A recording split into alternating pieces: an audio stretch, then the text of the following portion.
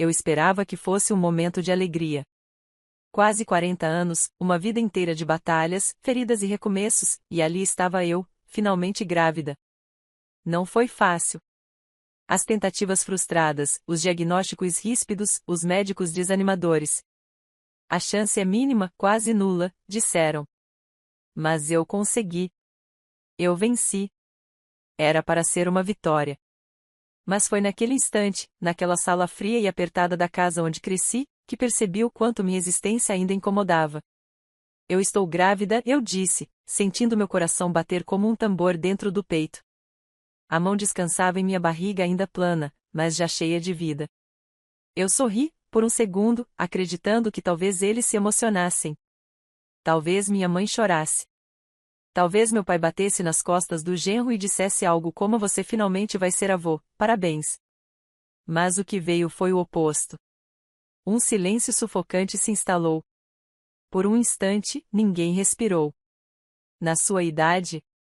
Minha mãe quebrou o silêncio com um tom cortante, como uma faca afiada cortando minha pele. É uma vergonha. Faça um aborto. Isso é o mínimo. Engoli seco. Olhei para ela, esperando que fosse um choque passageiro. Que ela se arrependesse daquelas palavras cruéis. Mas os olhos dela estavam frios. Como se eu tivesse anunciado que estava trazendo uma doença para dentro da casa. "Se você ficar com isso", meu pai disse, cuspindo as palavras como se fossem veneno, "saia. Você é uma mancha nessa família. Já bastou ter falhado em tudo até hoje. Agora quer nos fazer de palhaços com um escândalo desses?" Meus olhos se encheram de lágrimas, mas eu me recusei a chorar na frente deles. Lixo gera lixo. Que perfeito, minha irmã murmurou, recostada no sofá, com aquele mesmo sorriso cínico que ela sempre usava quando queria me atingir. Lembrei de quando éramos pequenas e ela me empurrou escada abaixo, depois disse à mamãe que eu havia caído sozinha. Eu fiquei com o braço quebrado e ela com um sorvete. Algumas coisas nunca mudam. Ela sempre foi a estrela. Eu era o erro. Naquele momento, compreendi que não adiantava. Nada mudaria. O amor que eu tanto desejei deles, a aprovação que sempre procurei, não veriam agora. Não veriam nunca. Sem dizer uma palavra, segurei minha bolsa com uma mão e com a outra protegi minha barriga, como se já pudesse senti-la. Era instinto. Era um reflexo que nascia antes mesmo do bebê. Saí pela porta e não olhei para trás. O sol já estava se pondo. Meus pés tocaram a calçada e eu respirei fundo, tentando não desmoronar ali mesmo. Passei a noite em claro. Chorei em silêncio. Senti medo, raiva, solidão. Tantas emoções misturadas que meu corpo parecia queimar por dentro. Mas, em meio a tudo isso, havia uma certeza: aquele bebê seria amado. Por mim. Mesmo que fosse só por mim. Eu daria conta. Na manhã seguinte, às 7 horas em ponto, enquanto eles ainda tomavam café com aquela frieza habitual, ouviram o barulho de pneus silenciosos parando em frente à casa. Um carro preto, de luxo, impecável, com vidros escurecidos. Não era comum ver algo assim naquela rua modesta e envelhecida. Minha mãe foi a primeira a levantar da mesa, espiando pela cortina. "Que carro é esse?" Meu pai franziu a testa. "Está parando bem na nossa frente." Minha irmã riu. "Deve ser engano. Aqui não mora ninguém importante." Mas então, a porta do carro se abriu. E o homem que saiu não deixou espaço para dúvidas: terno sob medida, postura ereta, um olhar firme e sério. Um segurança abriu a porta traseira e outra figura desceu. Era uma mulher. Jovem, elegante, cabelos presos em um coque discreto, tablet nas mãos. Ela caminhou até o portão e tocou a campainha com precisão. Meu pai abriu, desconfiado. "Pois não?"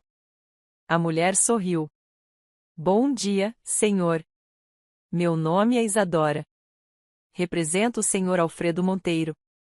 Ele me pediu para entregar esta documentação pessoalmente. É referente à herança que a filha do senhor, Camila, está destinando à sua futura criança." "A senhora não está?" Meu pai congelou. "Camila? O que você disse?" "A senhorita Camila Alves." A futura mãe.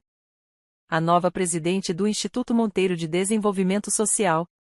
Ah, e ela também pediu que eu informasse. A mulher puxou o tablet, deslizou o dedo e leu: digam a eles que agora eu não apenas tenho um lar, mas um império. E que minha filha nascerá cercada de amor, não de veneno. A mulher sorriu com gentileza, como se tivesse acabado de desejar bom dia a uma vizinha qualquer. Entregou o envelope e se virou com elegância. Entrou no carro e a porta foi fechada atrás dela. O motorista deu partida, deixando para trás apenas o cheiro de couro caro e a incredulidade estampada nos rostos de 3 pessoas que, pela primeira vez, não tinham nada a dizer. Lá dentro, o envelope tremia nas mãos do meu pai. Ele o abriu devagar, e cada folha parecia arder. Um contrato oficial. Um extrato bancário. Documentos de propriedade. E, por fim, uma carta escrita à mão. Vocês sempre me trataram como invisível. Como peso morto. Como um erro. Mas vocês esqueceram de um detalhe: é no silêncio que se forjam as maiores forças. Obrigada por me empurrar para o fundo. Foi lá que eu descobri como subir sem vocês. Esta foi a última vez que ouvirão meu nome. Agora, me esqueçam. Para sempre. Minha irmã caiu sentada no sofá, sem reação. Minha mãe apertava o braço da cadeira como se tentasse agarrar a realidade que escapava entre os dedos. E meu pai, ele apenas olhava fixamente para o papel, como se finalmente entendesse o que tinha perdido. Eu estava livre. E eles sabiam disso. Fechei os olhos por um instante assim que o carro virou a esquina. Eu estava sentada no banco de trás, ainda com os dedos trêmulos após assinar os papéis. Era oficial. Tudo que construí agora estava em meu nome. Tudo era meu. Meu dinheiro. Minha casa. Minha empresa. Minha vida. Mas mesmo envolta em vitórias, ainda sentia as cicatrizes abertas. A imagem do rosto da minha mãe repetindo a palavra aborto se repetia como um eco venenoso em minha mente. O tom de nojo dela. A forma como meu pai praticamente me expulsou de casa, como se minha gravidez fosse um crime. A risada da minha irmã, aquilo ainda me corroía. E então eu me lembrava do motivo de tudo isso, a criança que crescia dentro de mim. Meu filho. Ou minha filha. Não importava. Eu já o amava com toda a força que nunca recebi. Eu o amava por antecipação, por instinto, por decisão. Na verdade, eu o amava para quebrar o ciclo. Meu celular vibrou. Uma nova mensagem. Sandra, irmã. Você só conseguiu isso porque alguém teve pena. Acha mesmo que é melhor do que a gente agora? Só está cavando a própria cova. Vai criar um bastardo sozinha. E vai terminar como sempre, sozinha. Apaguei sem responder. O mais difícil era não responder. A parte mais desafiadora era não devolver a dor com a mesma moeda. Mas eu não podia mais agir como antes. Não por fraqueza, mas por convicção. Eles esperavam que eu caísse. Que eu me descontrolasse. Que implorasse, como tantas vezes antes. Mas essa Camila morreu na calçada da casa deles, naquela noite. Quando o carro parou diante do prédio novo, respirei fundo. Era moderno, amplo, com um jardim que florescia mesmo no concreto da cidade. O porteiro me cumprimentou com respeito. Subi até a cobertura e, ao abrir a porta, fui recebida pelo cheiro do novo. Da vida recomeçando. Toquei a parede da sala com a ponta dos dedos. Eu mesma havia escolhido cada detalhe. Os móveis, a iluminação suave, a cozinha planejada com uma pequena ilha, imaginei meu bebê ali, aprendendo a andar, caindo e levantando. Ali não haveria berros, nem mãos levantadas, nem ameaças escondidas em palavras. Ali haveria paz. Mas a paz não dura muito quando se tem uma família como a minha. 3 dias depois, minha mãe apareceu. Sem avisar. A campainha tocou com insistência. Ela nunca vinha sozinha, e eu sabia disso. Quando abri a porta, encontrei exatamente o que esperava, ela e Sandra, com os olhos fervendo de arrogância. Então é aqui que você está se escondendo? Minha mãe disse, entrando sem ser convidada, como se ainda tivesse autoridade sobre mim. Que apartamento ridículo. Só fachada. Sandra riu e passou os olhos pelos móveis. Isso aqui deve ser tudo alugado. Vai durar o quê? 2 meses? 3? Cruzei os braços e respirei fundo. O que vocês querem? Minha mãe se virou, séria. Viemos dar uma última chance. Você está grávida, está emocionalmente estável, pode não estar pensando direito. Mas ainda pode consertar isso. Dá tempo de abortar, arrumar um bom casamento e voltar a fazer parte da família. Eu sorri. Mas não foi um sorriso de alívio. Foi de desdém. E onde exatamente vocês acham que entra a família nisso tudo? Quando me mandaram embora? Quando riram da minha gravidez? Quando me chamaram de lixo? Sandra rebateu de imediato. Você sempre foi dramática. Sempre quis ser vítima. Cresça. A gente só disse verdades. E agora, minha mãe completou, ou você volta para o que era antes, ou vai aprender o que é ser realmente sozinha. Meu coração batia forte. Mas era diferente. Não era medo. Era fúria contida. Eu prefiro ser sozinha do que cercada de cobras, respondi, firme. E vocês podem sair agora. Antes que eu chame a segurança. Minha mãe me olhou nos olhos e, por um breve instante, percebi, ela sentiu medo. Porque pela primeira vez, eu não tremi diante dela. Eu não chorei. Eu não implorei. Eu era outra. E ela sabia. Naquela noite, o bebê mexeu pela primeira vez. Era uma sensação estranha, como um borbulhar suave. Eu estava deitada, com as mãos sobre a barriga, tentando me acalmar depois da visita inesperada. E então senti um leve movimento. Um toque de vida. E chorei. Mas não de tristeza. Chorei por finalmente entender, eu não estava mais sozinha. Nunca mais. Na manhã seguinte, enviei uma mensagem para meu advogado. Inicie os trâmites para transferir o instituto para o meu nome completo. E bloqueei qualquer tentativa de contato ou uso da minha imagem pela família Alves. Eles não fazem parte da minha história. Os dias seguintes foram de preparação. Comecei o pré-natal com um dos melhores obstetras da cidade. Me afastei da empresa por um tempo, deixando tudo com minha vice de confiança. Cuidei da saúde, do corpo, da mente. Fiz terapia. Li livros sobre maternidade. Meditei. Mas nem todo fortalecimento é interno. Às vezes, o mundo insiste em lembrar que ainda há batalhas. No ultrassom do 4º mês, descobri que seria uma menina. Sorri tanto que as bochechas doíam. Chamei-a de Luna. Porque mesmo quando tudo parece escuro, a lua brilha. E eu sabia que ela seria minha luz. Mas quando publiquei a primeira imagem do ultrassom nas redes, a resposta não demorou. Um perfil falso comentou: pobre criança. Vai nascer sem pai e com uma mãe fracassada. Deus tenha piedade. Outro: devia ter ouvido a família. Um aborto teria sido melhor. Eu sabia de onde vinham. Eu conhecia o tom. Eles estavam furiosos porque eu floresci. Porque eu segui. Porque a filha bastarda dos Alves agora era uma mulher que não precisava mais deles. Mas eles também ainda não sabiam, eu estava apenas começando.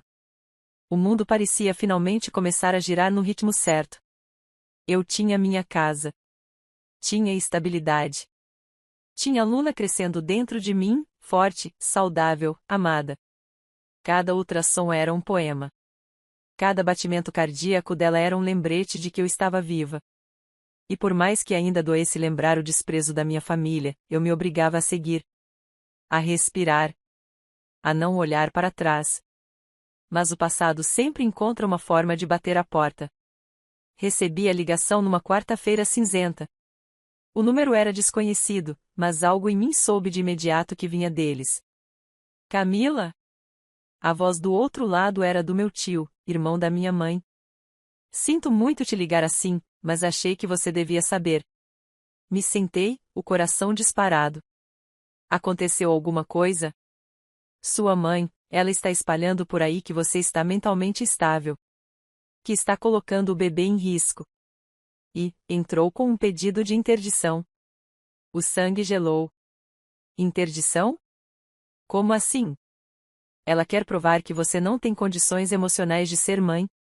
Que você é desequilibrada, carente, impulsiva. Está dizendo que você teve surtos no passado e que o pai da criança te abandonou por medo. As palavras me atingiram como lâminas. Eu quase deixei o telefone cair. Isso é mentira. Ela não pode. Ela pode tentar. Já está com advogados. E conseguiu até um médico para assinar um laudo falso. Um conhecido do seu pai. Fechei os olhos, tentando absorver o absurdo. Eles não queriam só me destruir. Queriam tomar minha filha. Luna. Minha filha. Liguei para meu advogado naquele instante. Ele me atendeu de imediato. Calmamente, me explicou que a tentativa de interdição era frágil, mas possível, se bem articulada. Especialmente por pessoas com dinheiro, influência e nenhuma vergonha na cara. Camila, ele disse, firme, não entre em pânico. Nós vamos nos antecipar. Vamos derrubar isso antes que comece. Mas você precisa se manter calma. Por você. Por ela. Por ela. Deitei a mão sobre minha barriga, como se pudesse protegê-la da maldade do mundo exterior com um simples toque. Eles queriam arrancá-la de mim. Eles queriam me pintar como um monstro. Mas eu sabia a verdade, os monstros estavam do lado de lá. Na semana seguinte, as redes sociais começaram a se encher de boatos. Um perfil anônimo publicou: ex-diretora do Instituto Monteiro estaria em surto psicológico após gravidez indesejada. Fontes próximas dizem que o bebê corre risco. Outro perfil compartilhou um vídeo antigo meu, chorando após uma entrevista intensa. Cortaram a parte em que explicava o motivo, a morte do meu mentor, e usaram apenas o choro, com legendas manipuladas. Mulher que se diz preparada para ser mãe não consegue controlar as próprias emoções. Isso é amor ou desequilíbrio? Era uma campanha orquestrada. Eles estavam tentando me pintar como louca. No meio do caos, uma lembrança veio à tona.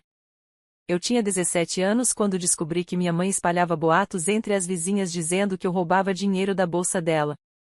Nunca fiz isso. Mas quando a confrontei, ela riu. Você precisava aprender o que é viver desacreditada, disse, como se fosse uma lição. Na época, eu chorei dias. Hoje, eu compreendi, minha mãe sempre quis me apagar. Sempre. O que eles não sabiam é que, desta vez, eu estava preparada. Contratei uma equipe de comunicação, peritos digitais, um segundo advogado especializado em direito familiar. Em menos de 4 dias, rastreamos os IPS dos perfis falsos, vinham da casa dos meus pais. Meu advogado me chamou para uma reunião particular. Temos tudo documentado. Temos os prints, os registros, o laudo forjado, as conversas vazadas. Podemos processá-los por calúnia, falsidade ideológica e tentativa de difamação com danos morais agravados. E o pedido de interdição? Perguntei, ainda com o peito apertado. Ele sorriu. Já foi arquivado hoje. O juiz recusou o pedido liminarmente. Disse que os documentos eram frágeis, contraditórios e ofensivos. Suspirei. Mas não de alívio. Era de raiva. Porque o sentimento que crescia em mim não era medo. Era fúria. Eles cruzaram a última linha. Fui até o quarto. Peguei o diário que comecei a escrever desde o dia em que descobri a gravidez. Sentei na poltrona ao lado do berço branco recém-montado e abri na última página em branco. Escrevi: Filha, hoje sua avó tentou nos separar. Ela tentou me pintar como fraca, louca, perigosa. Mas tudo o que ela fez foi me tornar mais forte. Você ainda está aqui dentro, protegida. Mas um dia, quando ler isso, vai entender que nasceu do amor e do fogo. Que seu nascimento foi guerra. E que sua mãe nunca recuou. Fechei o diário com as mãos firmes. A guerra havia começado. E eu estava em pé. No dia seguinte, a campainha tocou novamente. Pela câmera, vi o rosto da minha irmã. Olhos vermelhos. Cabelo bagunçado. Mas sem arrependimento. Só fúria. Atendi com a voz firme. O que você quer? Você está destruindo a nossa família. Ri, incrédula. Eu? Vocês fizeram tudo sozinhos. Ela cerrou os dentes. Você vai se arrepender. Eu juro. Quando essa criança nascer, vai se lembrar do que sua família fez. E vai ter vergonha de ser sua filha. Sorri com serenidade. Tomara que ela se lembre, sim. E que tenha orgulho de tudo que enfrentei para tê-la nos braços. E então fechei a porta. Dessa vez, para sempre. Na 36ª semana de gestação, fui parar no hospital com fortes contrações. Era cedo demais. Muito cedo. Meu corpo tremia de pavor enquanto me levavam para a sala de observação. O médico tentava me acalmar, mas eu só pensava em uma coisa: Luna. Segura, filha. Por favor, segura só mais um pouco. Eu não sabia que naquele mesmo dia, enquanto eu lutava para manter minha filha viva dentro de mim, minha família tramava mais uma crueldade pelas minhas costas. No hospital, me isolaram. Era protocolo por causa da minha pressão instável. Fiquei horas ali, conectada a aparelhos, ouvindo o barulho constante dos batimentos dela no monitor. Cada batida era uma esperança. Cada silêncio, uma ameaça. Foi então que uma enfermeira entrou, com um semblante tenso. Dona Camila, a senhora tem visitas. Elas insistem em entrar e dizem que tem autorização. Tentei me levantar. Quem são? Sua mãe, e sua irmã. Meu sangue gelou. Não. De jeito nenhum. Eu proíbo expressamente qualquer contato. A enfermeira hesitou. Elas disseram que são sua família de primeiro grau, e mostraram um documento com a assinatura da senhora. Que documento? Ela me mostrou. Meu nome estava ali. Mas a assinatura não era minha. Era falsificada. Meu coração começou a disparar. Um alarme soou no monitor. A enfermeira correu para ajustar os batimentos. A médica entrou correndo logo depois, mandando esvaziar a sala. E eu só conseguia pensar em uma coisa. Elas falsificaram minha assinatura. Elas queriam entrar. Estavam tentando chegar até a Luna. Mais tarde, após os batimentos estabilizarem, meu advogado chegou ao hospital. A polícia já havia sido acionada. Foi tentativa de fraude e invasão hospitalar, ele disse, enquanto eu ainda respirava com dificuldade. A assinatura foi claramente adulterada. O hospital registrou tudo. Elas não conseguiram passar, mas... Camila, elas queriam mais do que te ferir. Elas queriam provocar algo em você. Elas queriam me matar. Ou matar minha filha. Minha voz saiu baixa, quase inaudível. Mas era a única verdade possível. E naquele instante, algo dentro de mim morreu. A última recha de humanidade que eu ainda atribuía àquelas duas. Mãe e irmã. Aquilo não era laço. Era veneno de sangue. 2 dias depois, as contrações cessaram. Conseguimos segurar Luna. Mas ela viria a qualquer momento. Fiquei em repouso absoluto, o quarto vigiado por seguranças, ordens judiciais garantindo que ninguém se aproximasse.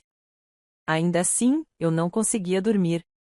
A lembrança do olhar da minha mãe no dia em que ela me mandou a fazer um aborto ainda me perseguia. E agora eu entendia. Ela nunca quis me ver ser mãe. Porque isso significava que eu tinha algo que ela nunca conseguiu ter, amor verdadeiro, incondicional. Ela podia dizer o que quisesse. Podia tentar pintar minha gravidez como loucura. Mas no fundo, o que a corroía era saber que eu era capaz de dar aquilo que ela negou a mim: carinho, proteção, presença. Minha irmã, por outro lado, só queria me ver cair. Sempre foi assim. Na infância, ela arrancava as cabeças das minhas bonecas. Na adolescência, dizia aos meus amigos que eu era doente. Quando adulta, espalhava que eu era a decepção da família. Agora, ela tentava me pintar como criminosa. Instável. Incapaz. Mas eu ia mostrar a elas. Ia mostrar com cada respiração que Luna desse. Com cada sorriso. Com cada vitória que viesse depois. Na madrugada de uma sexta-feira, senti a bolsa estourar. O susto foi grande, mas a equipe já estava a postos. Fui levada imediatamente à sala de parto. A luz era forte. Os sons, apressados. Mas dentro de mim, só havia um pensamento. Ela vai nascer. Minha Luna. Meu amor. Minha resposta ao ódio. O parto foi difícil. Longo. Doloroso. Mas quando ouvi o primeiro choro, tudo parou. O tempo congelou. E eu chorei como nunca chorei na vida. Ela está bem? Perguntei ofegante. Perfeita, disse a obstetra, sorrindo. Luna foi colocada em meus braços. E eu a encarei. Tão pequena. Tão minha. Ali, naquele instante, entendi por que resisti a tudo. Porque não desisti. Porque enfrentei minha própria família. Era por ela. Sempre foi por ela. Recebi alta 3 dias depois. Voltamos para casa sob vigilância reforçada. O advogado já havia protocolado um processo contra minha mãe e minha irmã, com todas as provas reunidas, a tentativa de interdição, a fraude documental, a difamação online e a tentativa de invasão no hospital. A sentença ainda levaria tempo. Mas o estrago na imagem delas já era irreversível. Os patrocinadores da pequena ONG que minha mãe mantinha começaram a retirar apoio. Alguns jornalistas investigativos começaram a cavar o passado da família Alves. E tudo começou a ruir. De onde estavam, elas ainda tentavam me atingir. Postagens indiretas, mensagens ofensivas com perfis falsos. Mas nada mais me alcançava. Agora, eu tinha Luna nos braços. Agora, eu era mãe. Numa noite silenciosa, já em casa, sentei na varanda e a embalei no colo. Ela dormia serena, como se o mundo lá fora não tivesse mais força contra nós. E então, baixinho, sussurrei em seu ouvido. Eles tentaram me apagar, filha. Tentaram nos separar, nos machucar. Mas você nasceu. E com você, eu renasci. Agora eles que se preparem. Porque a mãe que sobreviveu a tudo, é a que vai derrubá-los. Na manhã em que Luna completou 1 mês, abri a janela da varanda e senti o sol bater no rosto. Ela dormia no bercinho ao lado, serena. Era como se nem suspeitasse da guerra que pairava ao redor de nossas vidas. Eu a observava com um misto de ternura e fúria, amor por ela, ódio por tudo que tentaram nos arrancar. Liguei para meu advogado. Está na hora. Do outro lado da linha, ele entendeu sem que eu dissesse mais nada. Os dias seguintes foram uma dança silenciosa. Uma sequência de ações precisas, calculadas, cirúrgicas. Fiz questão de não anunciar nada. Não publiquei indiretas. Não mencionei nomes. Não chorei em redes sociais. Me mantive em silêncio. Porque o barulho viria depois. E seria ensurdecedor. Primeiro, pedi auditorias fiscais nas ONGs administradas pela minha mãe. Em paralelo, enviei notificações extrajudiciais para os patrocinadores, com as provas das tentativas de fraude, assédio psicológico e difamação. Depois, solicitei a retirada do sobrenome Alves de todos os meus registros públicos. Não queria mais carregar aquele nome sujo. Era um fardo. E minha filha não teria esse peso nos ombros. Ela seria livre desde o nascimento. Por fim, autorizei a publicação de uma entrevista exclusiva. Foi ao ar em horário nobre. A jornalista começou com uma frase que paralisou a audiência. Camila Monteiro, empresária e fundadora do instituto que hoje ajuda mais de 20.000 crianças em situação de risco, foi alvo de uma tentativa de interdição feita, por sua própria mãe e irmã. E agora, fala pela primeira vez. Nos 20 minutos seguintes, revelei tudo. Com serenidade. Com dignidade. Mas sem poupar verdades. Mostrei os documentos. As mensagens. As ameaças. A assinatura falsa. Os comentários anônimos. Tudo. Contei como fui mandada embora de casa grávida, Como fui chamada de lixo. Como tentaram arrancar minha filha de mim ainda no ventre. E terminei com a frase que virou manchete em todas as páginas. Se existe algo que aprendi, é que família não é quem te coloca no mundo. É quem te estende a mão quando o mundo desaba. E por isso, minha filha jamais vai conhecer o cheiro do desprezo que me criou.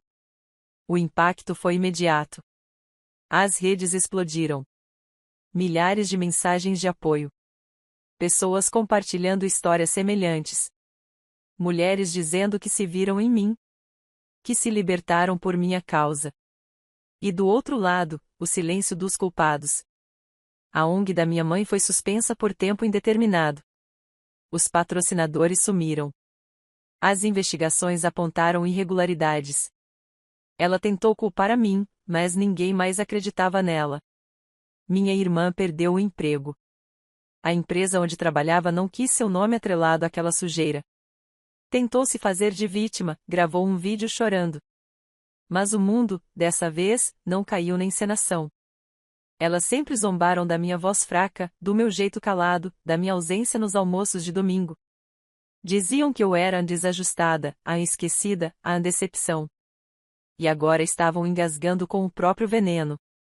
Numa tarde qualquer, recebi uma última mensagem. Era da minha mãe. Eu errei, Camila. Mas ainda sou sua mãe. Me perdoa. Deixe eu conhecer minha neta. Fiquei olhando aquela tela por um tempo. O dedo tremia sobre o botão de apagar. Mas então, pensei em Luna. Na risada que ela começou a dar naquela semana. No jeito como seus olhos brilhavam quando me olhavam. Ela merecia crescer num mundo limpo. Sem farsas. Sem hipocrisia. Sem promessas de amor que escondem punhais. Escrevi uma resposta curta. Você teve sua chance. Quando disse façam um aborto, você enterrou qualquer laço entre nós. Luna não precisa de vocês. E eu também não. E então, silenciosamente, bloqueei o número. Foi o último corte. O mais necessário. 2 meses depois, recebi um convite para uma premiação de impacto social. Recusei, gentilmente. Não queria holofotes. Minha vitória não precisava ser aplaudida, ela estava ali, nos braços que me envolviam toda manhã, no som de uma respiração tranquila que enchia meu quarto de esperança. Mas fiz questão de deixar registrado em vídeo uma única fala, para ser exibida no evento. Durante anos, me disseram que eu era fraca, que era velha demais, que era um erro. Tentaram me calar, me apagar, me dobrar. Mas o que ninguém esperava é que, de tudo isso, nasceria algo maior, coragem. Eu sou mãe. E por ela, virei tempestade. Agora, ninguém mais me quebra. Na varanda, naquela noite, com Luna adormecida em meu colo e a cidade inteira em silêncio, senti algo que nunca havia sentido por completo: paz. Minha filha estava viva. Eu estava viva. E todas as vozes que tentaram me fazer acreditar que eu não era nada, agora eram apenas ruído distante. A justiça não veio com vingança. Veio com liberdade. E isso, ninguém podia tirar de mim. Nunca mais. Fim.